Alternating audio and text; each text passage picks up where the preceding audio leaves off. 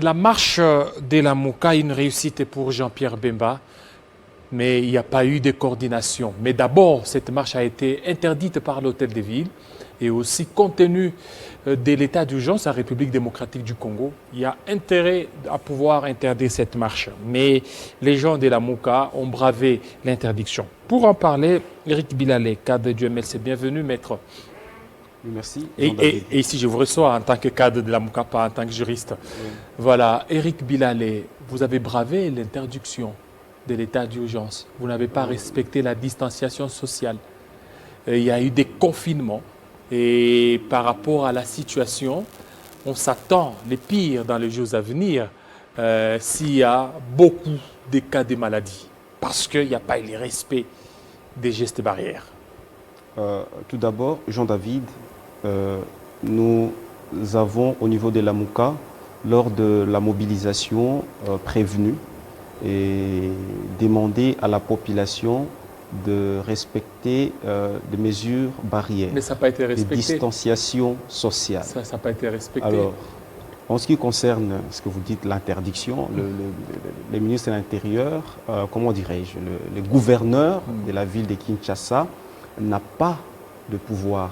J'ai dit alors, aucun pouvoir ne lui est dévolu pour pouvoir interdire nous sommes dans un état d'urgence. Cet état d'urgence, il y a la restriction de certaines libertés. Encore.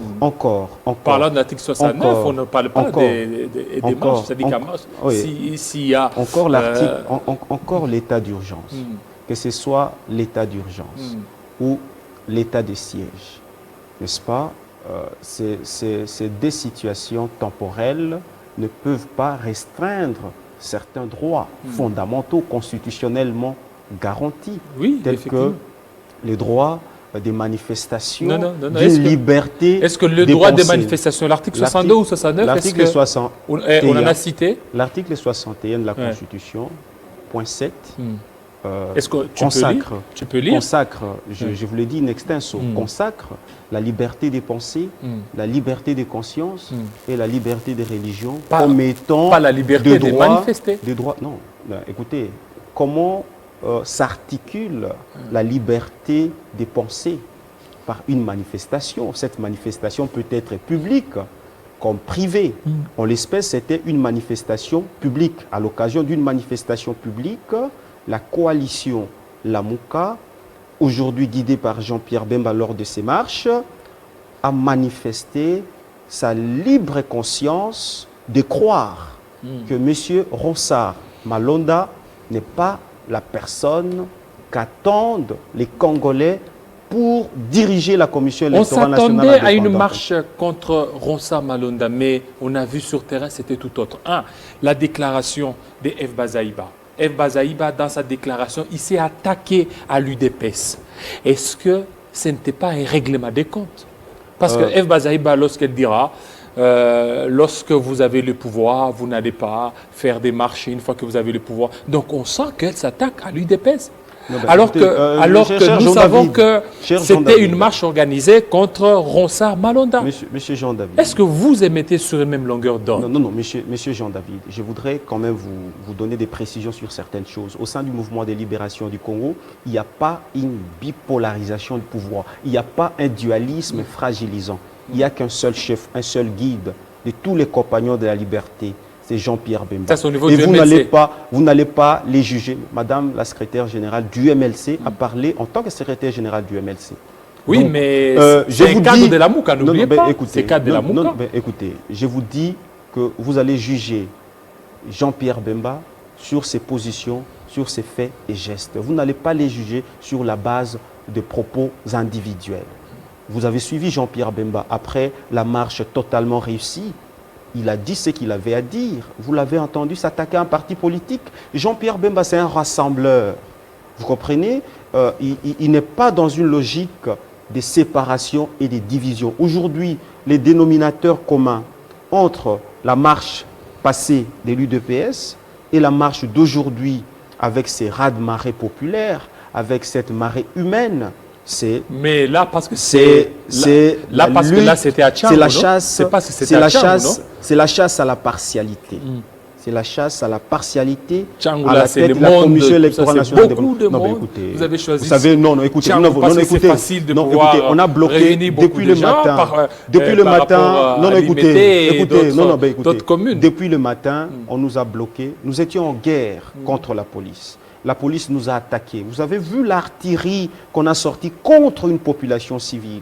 Moi, ministre de l'Intérieur, je ne poserai pas ces genres d'actes atroces contre une population civile. Vous voyez, c'est ça, ça s'apparente Non, il y a à un un crime ennemi, contre il y a un l'humanité. ennemi qui est C'est une attaque coronavirus. généralisée Coronavirus, et c'est là. systématique contre une population civile Mais coronavirus, avec une c'est là. artillerie. Donc, L'on doit protéger on doit la combattre population le contre coronavirus corona. avec l'artillerie militaire. On doit combattre le coronavirus avec des tirs à balles réels. Est-ce qu'il y a eu des On morts doit- là? Il n'y a non, pas eu mais des morts. écoutez, vous n'avez pas encore de C'était une bilan. marche pacifique. Vous n'avez pas, mais c'était une marche pacifique. Voilà. Mais Est-ce qu'il y a eu des morts? pourquoi on doit attaquer une population civile par la proportionnalité de l'action de la police n'est pas jugeable, parce qu'aujourd'hui, ce que fait la police, on constate de plus en plus que l'État se policiarise à outrance. L'État, de plus en plus, se bonapartise à excès. C'est au nom de l'état d'urgence. Non, mais N'oubliez écoutez, pas. Au nom de l'état l'état d'urgence, ça d'urgence- renforce non, un l'état- peu non, le mais- pouvoir non, de l'État. Vous le non, savez non, très non, bien. l'état d'urgence ne renforce pas le pouvoir de l'État. L'état d'urgence renforce le pouvoir du président de la République. Oui, effectivement. C'est le président de la République qui agit plus en état d'urgence. Nous sommes, c'est ce qu'on appelle la dictature constitutionnelle. À l'état Mais d'urgence. en même temps, pendant l'état d'urgence, il y a des principes qu'il faut faire observer absolument, notamment le respect, l'intangibilité de la liberté des pensées, comme nous avons pensé aujourd'hui publiquement. Mais Ça penser n'est pas s'appelle se les tollés réunir. d'indignation. Non, non, Vous- mais écoutez, vous avez pensé, non, mais écoutez, mais- non, je vous parle des modalités d'articulation de Mais ce il y a droit. pas- il y a le pas droit fixe. le droit de le droit- manifester, Non, le il y droit en a des pas. non. C'est quoi la manifestation publique? Non, c'est que ce qu'on a vu Non, mais écoutez, aujourd'hui. c'est quoi manifester? Comment on manifeste quoi? Oui, ça vous de répondre. On manifeste, c'est exactement Ouais. ça. On manifeste une pensée. On manifeste une opinion. En vous réunissant. Ouais. Mais écoutez, on peut Tel le que vous faire. aviez fait. Mais écoutez, on peut le faire publiquement comme en privé. Qui vous dit qu'on ne pouvait pas se réunir en respectant la distanciation sociale? Est-ce que ça a été respecté? Non, ben écoutez, la police nous a bombardés, la police nous a attaqués. On était là, on n'a rien cassé, la police nous a attaqués, vous avez vu. Mais le plus important, c'est que c'est un message fort aujourd'hui. C'est quoi ce avec message? Avec la présence du président Jean-Pierre Bemba sur les terrains, avec tout le parti politique, que ce soit de la Mouka ou de partis d'en dehors de la Mouka, qui ont mobilisé ailleurs, sur toute l'étendue Bon, du territoire, ailleurs, voilà, vous sur parlez toute d'ailleurs. l'étendue du territoire, Écoutez, ailleurs. au fin Cette de montrer à la mobilisation face du monde. semble réussir qu'à Kinshasa. Lorsque vous allez au Katanga, Moïse Katumbi a renoncé. A renoncé parce qu'il a été saisi par l'association katangaise. Lorsque vous allez à Kananga, c'était une faible mobilisation. Lorsque vous allez à Goma, faible mobilisation et ailleurs. C'était seulement à Kinshasa. L'on se demande, est-ce qu'il y a eu une coordination des leaders? Non, ben, écoutez, Martin Fayoulou, on ne le voit même pas. Mouzito non plus. Il n'y a que Bemba qui est descendu avec sa famille. Et juste quelques heures après, il est revenu, il est rentré chez lui, à la maison. Écoutez, la mobilisation a été forte sur toute l'étendue du territoire. Et la coordination a été C'est au seulement à rendez-vous. Kinshasa. Non, Même je à parle- Guémena, je on parle- n'a pas vu je- une forte je parle de la mobilisation. mobilisation. Non, mais écoutez, vous n'avez pas d'image. Non, ne vous en faites pas, je suis journaliste. Écoutez, Avant de monter ici, j'ai eu à scruter presque monsieur Jean David, toutes les 26 provinces pour savoir. Je ne récuse pas votre qualité, votre assiduité dans ces domaines-là de recherche et des informations. Mais je voudrais simplement vous dire que la coordination, la Mouka a été au rendez-vous.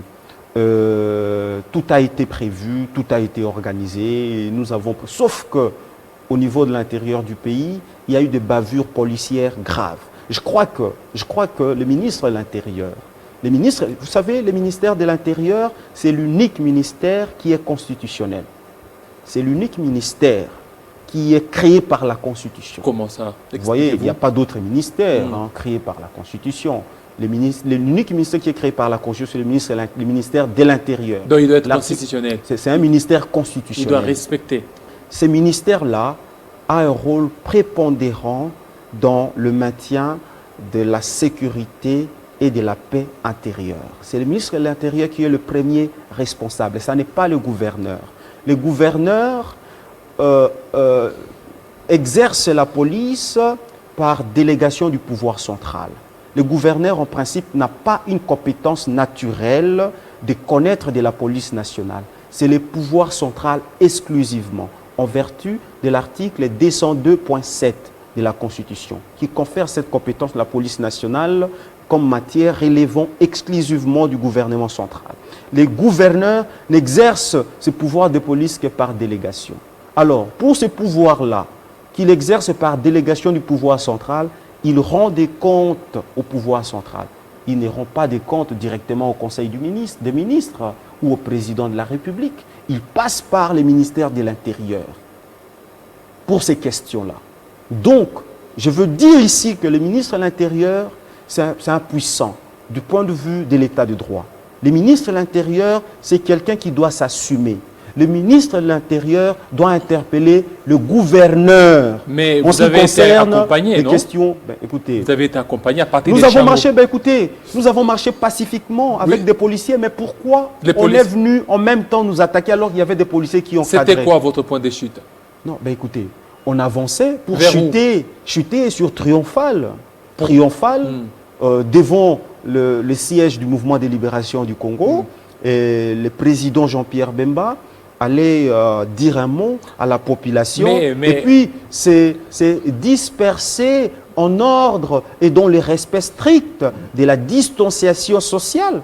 Mais ce qui s'est passé subitement, mais nous, on a vu les images, et même nous ici chez nous, il y a eu même des caméras qui sont descendus. Il y a toujours des débordements. Non, écoutez, il y a toujours des débordements. Et ces débordements, la marée humaine. C'est-à-dire que les respects des gestes barrières n'a pas été au rendez-vous. Tous ces individus,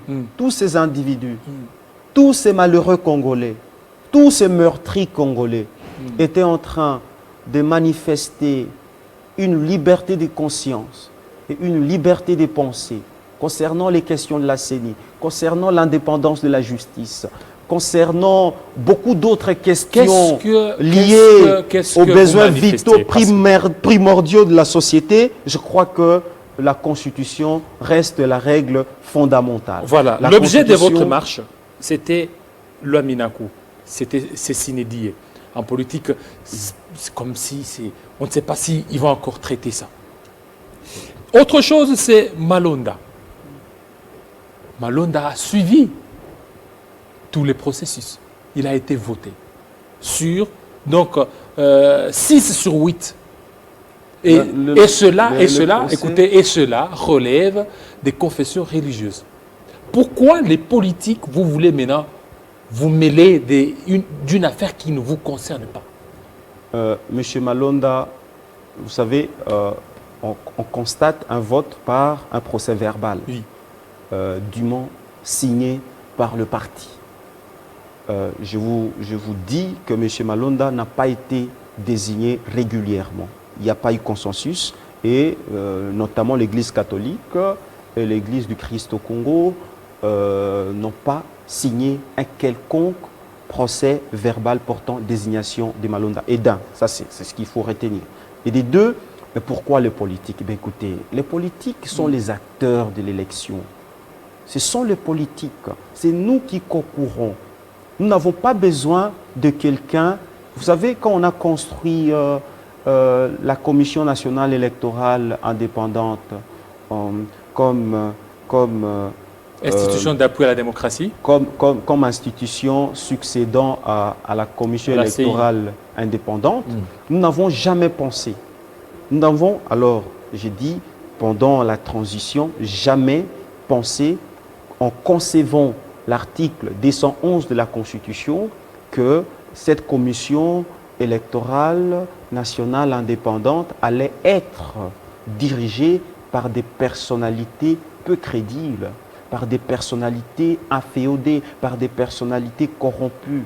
Nous n'avions jamais pensé cela. Mais alors nous avions pensé à l'époque que cette commission électorale nationale indépendante, en la créant comme une administration une autorité administrative indépendante allait être gérée par des personnalités comme son éminence Laurent Cardinal Mosengo, comme le prix Nobel de la paix Denis Mukwege, et tant d'autres personnalités si jouissant d'une très haute réputation d'indépendance Mosengo, et d'impartialité. Ils ne seront pas contestés, toutes ces personnalités-là? Contestés? Non, mais écoutez, parce qu'aujourd'hui, je parle de ces personnalités. Voilà, aujourd'hui, même si on donnait à un ange, non, il ne faut jamais dire ça. Est-ce qu'il n'y aura pas de contestation? Non, cher Jean-David, vous savez, moi, je vous aime bien. Il faut pas sortir de vos bouches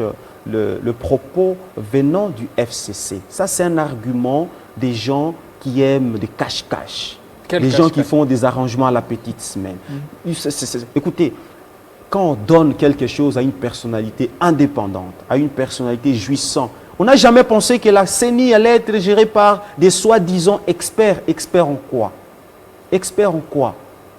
On a toujours pensé que comme c'est indépendant, la CENI allait être gérée par des personnalités jouissant d'une très haute réputation d'indépendance et d'impartialité. Donc, aujourd'hui, nous sommes dans cette situation. Nous avons vécu des choses horribles ces 10 dernières années.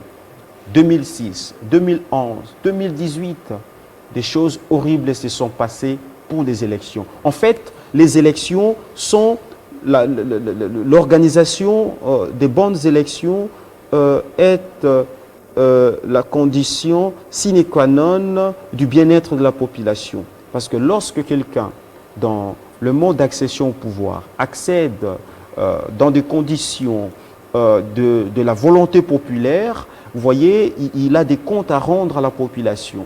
Il a des comptes à rendre. Il travaille sur la base de principes du développement de sa société. Mais lorsqu'on n'accède pas au pouvoir à l'aide de la population, à l'aide de son choix, n'est-ce pas, on se comporte comme on se comporte aujourd'hui au niveau de l'Assemblée nationale. Mais là, on cherche à mater la population.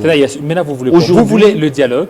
Vous voulez, écoutez, ou bien vous voulez que Ronsard Malonda puisse...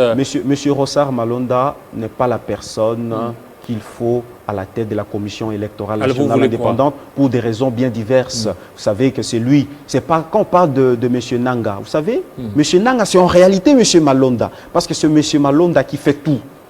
Il présente à Nanga et Nanga approuve. En fait, c'est ça. Donc, on peut tout mettre à la tête de la CENI, sauf mais M. Malonda. C'est Malonda qui a aussi Malonda, qui a défendu la première alternance en République démocratique du Congo. Non, écoutez, vous parlez de nous. Écoutez, ça c'est pas un débat à ramener sur ces terrains. Mais je voudrais quand même vous dire qu'aujourd'hui, vous me parlez de dialogue. Bon, je ne vais pas parler des termes dialogue parce que les dialogues sont consubstantiels à la démocratie. Il n'existe pas de démocratie sans dialogue. Parce qu'on a suivi je voudrais vous parler un de vos cadres, Jacques Njoli, il y a aussi Delcy Sanga et les autres qui demandent qu'il y ait un consensus autour de la question de la CENI. Cela rejoint même le chef de l'État qui a demandé qu'il y ait un consensus. Mais ces consensus-là, on ne se dirige pas vers, vers un dialogue. Le mode de désignation déjà aujourd'hui du président de la Commission électorale nationale indépendante est consensuel. Là, on ne parle même pas. Mais il y a encore des préalables. Vous savez, il y a eu des scandales ici en matière électorale. Vous avez entendu parler des histoires de la BGFI Bank avec la démission même du fils Lumumba et autres. Ils ont dénoncé les détournements des fonds alloués à la Commission électorale nationale indépendante depuis 2012. On a loué 250 millions de dollars l'an. Ça faisait à peu près $1 milliard. C'est l'argent qui a été dilapidé par des individus. On doit auditer la Commission électorale nationale indépendante, établir des responsabilités, ensuite passer à la phase des réformes et enfin à la désignation des animateurs. Ça, c'est très clair. On doit passer par ces prérequis indispensables pour de bonnes élections. Moi, je pense aujourd'hui que les dialogues, oui, les dialogues parce qu'il est consubstantiel à la démocratie, moi je préfère parler des assises, mais ces assises-là doivent être extra-institutionnelles et extra-constitutionnelles. Parce que Mais tout ça, aujourd'hui, des la termes légitimité... assises. Mais ce sont des dialogues. Pourquoi vous ne voulez pas dire à la population que non, on veut un dialogue? Écoutez, et ce dialogue, transition, il y a d'autres qui demandent des transitions et tout ça. Mais pourquoi ne pas le dire? Il y a d'autres qui sont sortis, qui l'ont dit. Moi, j'ai toujours prôné. Oui. Non, il y a des gens qui ont dit, ils n'ont pas planifié, ils n'ont pas présenté, écoutez, ils n'ont pas planifié, ils n'ont pas pensé, ils n'ont pas exprimé ce à quoi ils pensent. Moi, je vous dis que si aujourd'hui... Vous ne voulez pas qu'il y ait dialogue, c'est ça? On se mettait ensemble dans les cadres des assises pour parler des institutions grâce auxquelles s'établit, s'exerce et se transmet le pouvoir dans l'État. On va passer par une période intérimaire qui va préparer le pays. Est-ce que vous savez que pendant ce temps, si on va avec cette loi électorale, Jean-Pierre Bemba ne sera pas candidat à l'élection présidentielle? Mais pourquoi ne sera-t-il pas candidat? Non, mais il est condamné. Il est condamné Non, c'est qu'il a été condamné pour subornation. Il ne faudrait pas mettre la charrue. Il a été condamné pour subornation. Avec la loi électorale actuelle, ça sera difficile. Il ne faudrait pas mettre la charrue. Voilà pourquoi Non, écoutez. Vous tenez à la réforme. Oui, monsieur Jean-David, écoutez-moi. Il ne faudrait pas mettre la charrue devant les bœufs. Je vous dis en connaisseur des choses, de ces choses-là, de l'esprit, du droit. Je vous dis que même en l'état actuel des droits congolais, Jean-Pierre Bemba est éligible à bien des égards. En l'état actuel des droits congolais. Mais je vous dis avec conviction. Je vous dis avec conviction. Je peux vous en faire la démonstration. Oui, la subornation de témoin. On pourra peut-être... Non. Vous parlez de la subornation de témoin. Mais moi, je vous dis, en tant que juriste, de surcroît avocat, et chercheur en droit public, tant national qu'international, je vous dis que Jean-Pierre Bemba, même en l'état actuel du droit congolais, est éligible à bien des égards. Voilà, on pourra peut-être organiser une émission pour en parler. Voilà, juridico, on va en parler. Mais tout à l'heure, vous aviez dit, il y a quelque chose que vous avez dit qui m'a un peu tiqué. Il y aura une période intérimaire. Qu'est-ce que vous voulez dire par là? Non, je veux parler en fait d'une période qu'on appelle en droit constitutionnel appliqué curative. C'est quoi cette période curative? C'est-à-dire... Avec les mots, ce sont ces mots-là, des termes-là qui compliquent, qui tuent la population. Des termes curatifs, période curative, tout ça. Quand on doit expliquer à la population... Il faut dire à la population, papa, il y aura un dialogue. Oui, mais quand on doit... Chose que vous ne voulez pas dire, c'est ça? Moi, je n'ai pas refusé de parler du dialogue. Oui. Je vous ai dit que le dialogue est consubstantiel à la démocratie. En fait, c'est la grammaire de la démocratie, les dialogues. Je ne suis pas opposé au dialogue. Mais je vous dis que les assises que je pense préconiser sont les assises qui vont aboutir à une période intérimaire. Je voudrais vous expliquer c'est quoi une période intérimaire en droit constitutionnel appliqué. En fait, c'est une période curative qui vient guérir la société d'une maladie, notamment des légitimités. C'est quoi? Des institutions. Et là, il y aura encore des partages des postes. Non, il n'y aura pas partage de postes. Ça, il y aura la réforme des institutions. Oui, mais cette réforme institutionnelle, pendant si on cette va période, on va pas que de tout le monde puisse entrer, l'expression et les autres, et puis c'est partage de postes. Ça sera 1+4 ou 1+5, et ainsi de suite. On en a connu dans ce pays. L'expression partage de postes n'est pas mon lot. On va attribuer des responsabilités aux personnalités capable de relever les défis pour la relance, l'envol définitif de la République qui est aujourd'hui dans l'inanition. Merci beaucoup. Merci beaucoup, Éric Villalet. Donc, les gens qui vous suivent ont compris.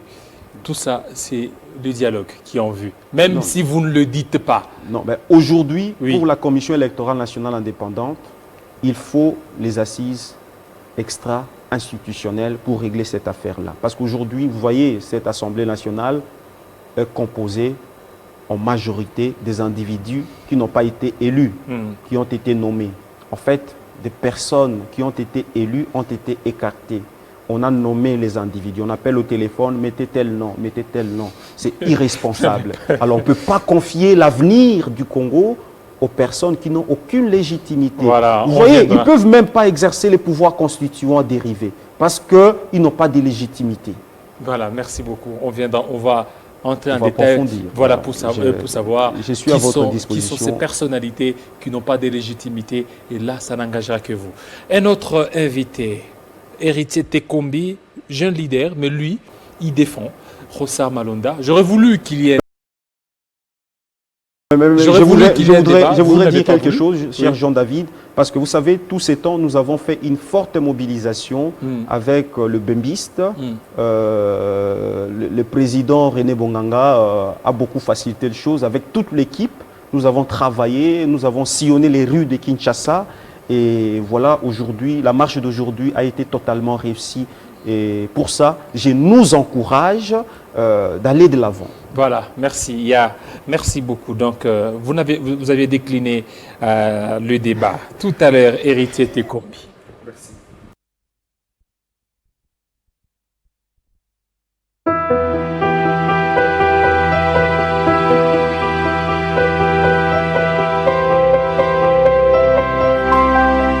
Simplement congolais.